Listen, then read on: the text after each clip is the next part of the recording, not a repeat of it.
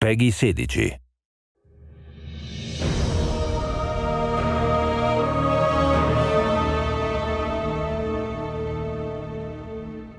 Hey everyone, this is Luke from the Destiny team. The Final Shape is the culmination of a 10-year journey. A journey that began on the Cosmodrome, took you to the moon, Venus, Mars, the reef, and beyond. It's a journey that'll end inside the Traveler with you facing the Witness. But facing the Witness is not the end of Destiny 2, and it's definitely not the end of Destiny. After you face the Witness, we're going to tell you what's coming next to Destiny 2 and beyond. We'll see you soon.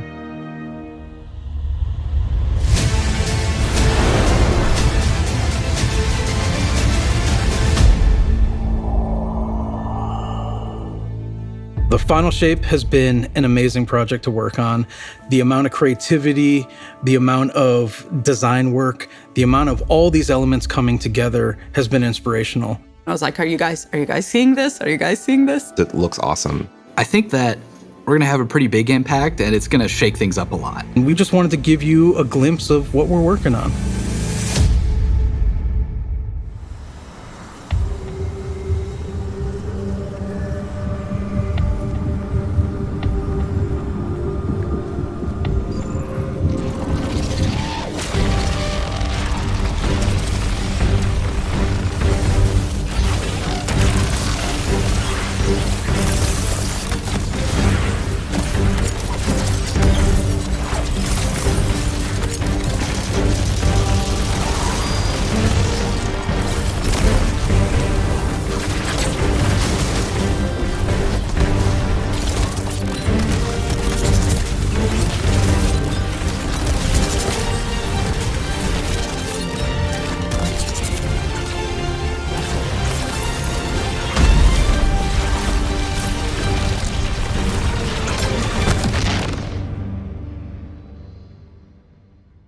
We are going into the pale heart of the Traveler, and the Traveler has chosen you, the Guardian, to be its champion. It's empowering us with gifts that we've never really had before. One of the concept artists early on created this very evocative image of a Guardian with light armor and dark armor. We're like, we really need this in the Final Shape. This is the ultimate form of being a Guardian, to wield light and darkness at the same time. We built Prismatic exactly to be that. Prismatic is the new subclass in the Final Shape where you can combine certain class abilities from different damage types together. Getting light and dark and mastering it. No one's done that before. Like the Witness is manipulating the energies like this, but the Witness is not a master of light and dark. You are. The Guardian is. Players are. In Prismatic, underneath your super bar, there's a light meter and a dark meter. As you deal damage with either light damage or dark damage, it fills the respective sides of the meter. Once both sides are full, you get this new level of power that we're calling Transcendence. I love Transcendence because you do these cool motions. For Warlocks, we have this cool like mystic pose. Hunters are gonna do this cool like... The Titan one where you just go...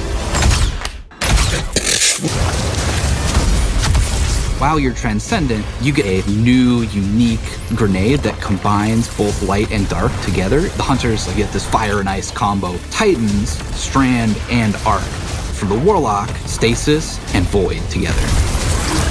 You have a weapon damage bonus that stacks on top of other weapon damage bonuses. Your grenade and melee are both instantly refunded when you cast Transcendence, so you can loop them together, one after the other. That's really exciting. That is so good. We're kind of thinking about Prismatic as this advanced subclass where you have more build crafting options, more potential combinations, more fragments than you normally get, more fragment slots to socket them than you normally get. That is a lot of combinations. 2,300. No, I'm just kidding. I don't know. I'm just the art director. I think that Prismatic feels like you are doing combinations you shouldn't be able to do. It feels a little game breaking, I'm not gonna lie. A little bit?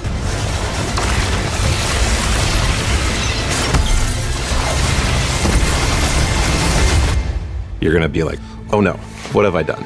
I'm gonna be here all night.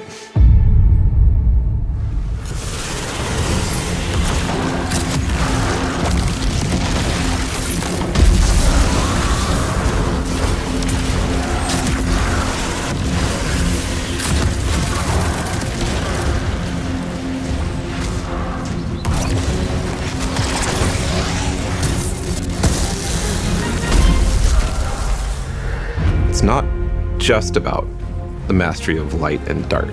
It's not just about using multipliers at the same time. It's about figuring out how they work in concert in really interesting ways.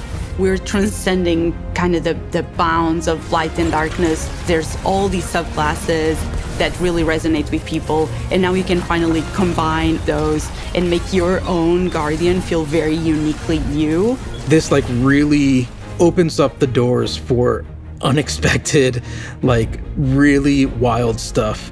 I love being a hunter and having gunpowder gamble and blowing them up. And then we're like, oh, wait, what if you could slow enemies?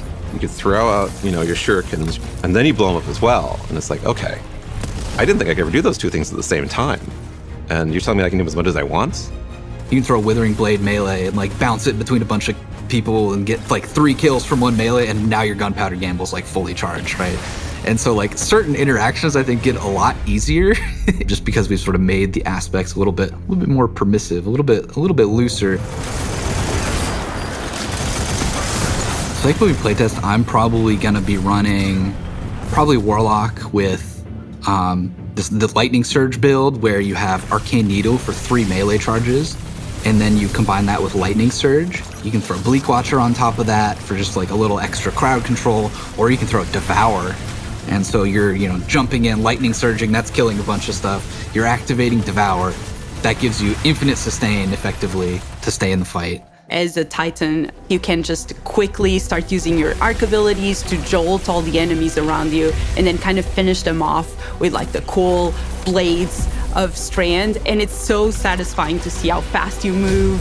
It's a very like fun, destructive build that you can just like destroy everything around you, and it's super fun. There was this moment for me where I was like, wait a minute, I could send out Threadlings and have a Bleak Watcher. It just creates these moments of escalation within the combat, and I think that's really exciting for me. If you combine Bleak Watcher and Feed the Void, you consume your grenade to throw your Bleak Watcher out there. And so it's, locking stuff down with stasis, doing crowd control. You can clean that stuff up pretty easily with, an Arcane Needle melee, which has 3 charges. Those ability kills will activate Devour, which gives you more grenade energy every time Devour activates, so lets you loop your Bleak Watcher. And so you can have like multiple Bleak Watchers out on the field, freezing stuff everywhere. You're just like launching your cool Strand melees out, and everything's dying, and it's great. Embracing the challenge of like, how do we make stuff that wasn't initially intended to like work together in the same build? Like, how do we twist them and warp them and push and pull this and that to make them work together? I'm excited about, seeing all the players like talk about their favorite combinations. I'm just looking forward to all the videos that people make of their own custom builds with their own exotics that they're pairing it up with to create like these amazing builds. It feels infinite to me, and I'm really excited about that.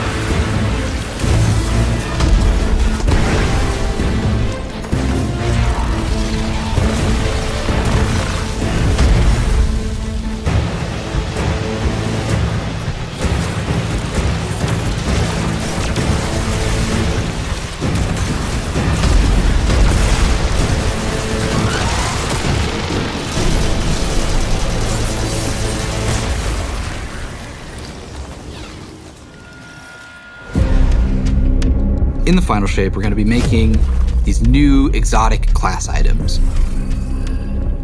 These new exotic class items allow you to steal perks from other exotics and combine 2 perks together into one single exotic. The perks that come on them are actually random rolled. One thing that is going to be fun is to chase these perks and then find different combinations that work really well.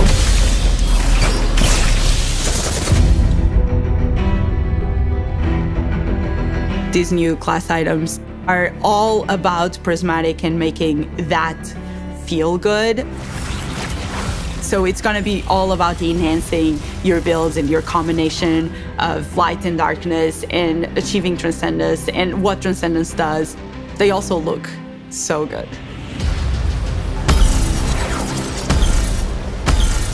With these class items, we wanted them to stand out as special.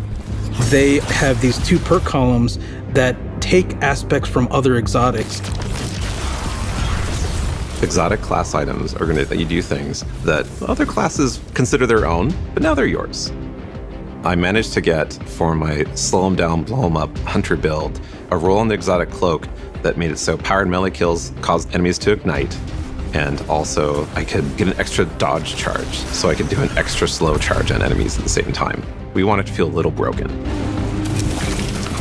It definitely felt like I had 2 exotics on my cloak, which is kind of the intention.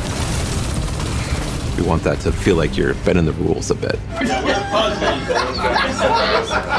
It just opens up the space for mix and matching in a way that I think is going to just be fun to see what combinations people find and like and what becomes the meta.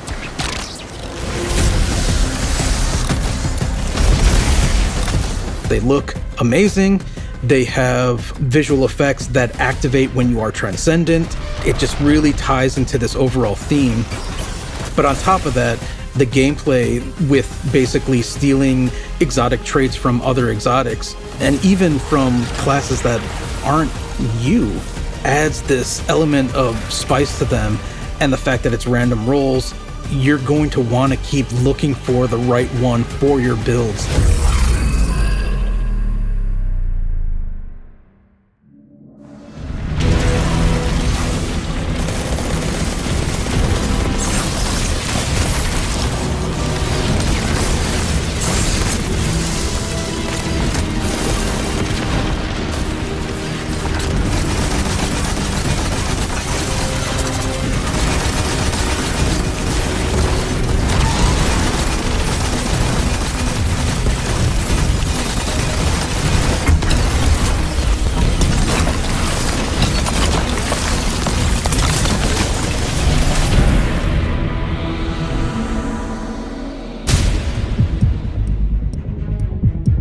The Dread are this new witness faction.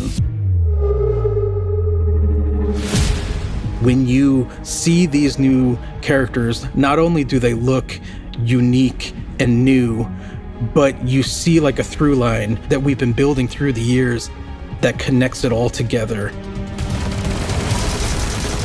And you've seen a member of the Dread before. You might remember seeing the Tormentor make a big appearance last year. Well, that was just the first one.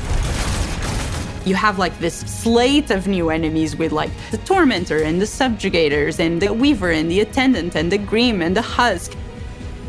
This is like the embodiment of the Witness in these new enemies.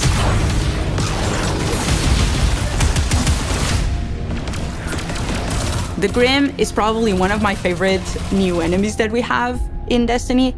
I think it's a poster child of the Dread in some ways. It's this bat with a gun. The gun bat, yes, exactly.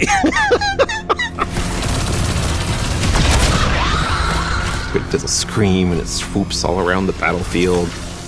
It's a profile we've never seen in Destiny. You are facing now the first flying character with actual wings.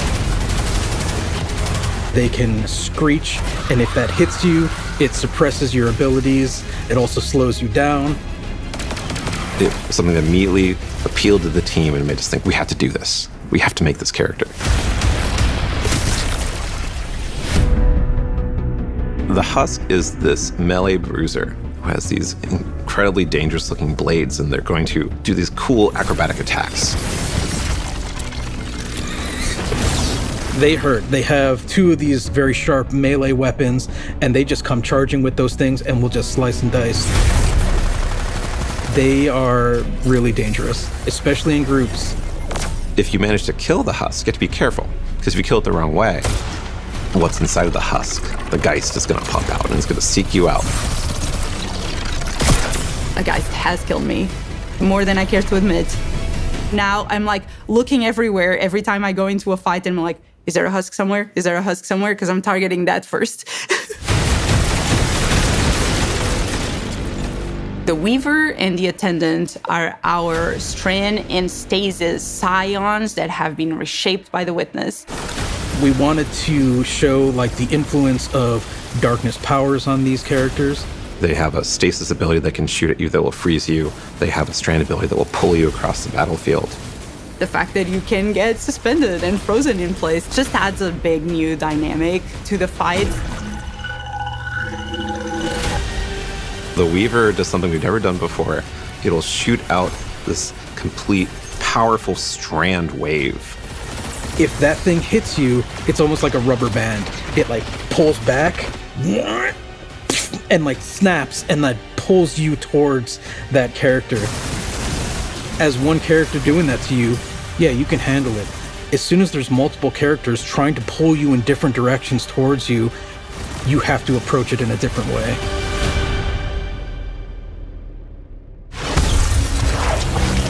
We're really excited about everything that we've been doing for the final shape. It just feels like there's a really cool through line through all of this. It's the culmination of the Guardian's journey over the last 10 years. We wanted to deliver something that's really like fun and exciting and engaging for players. It is amazing to see this initial inspiration carried all the way through to become a reality in the final shape.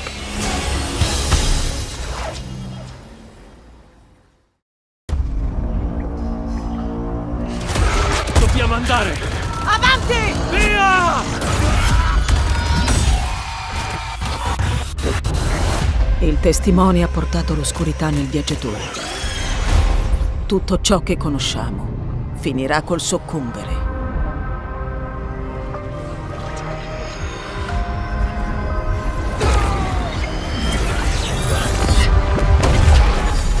Qualcosa è cambiato nel Guardiano. Il nuovo potere. Abbi coraggio nei luoghi oscuri, poiché noi siamo luce di speranza.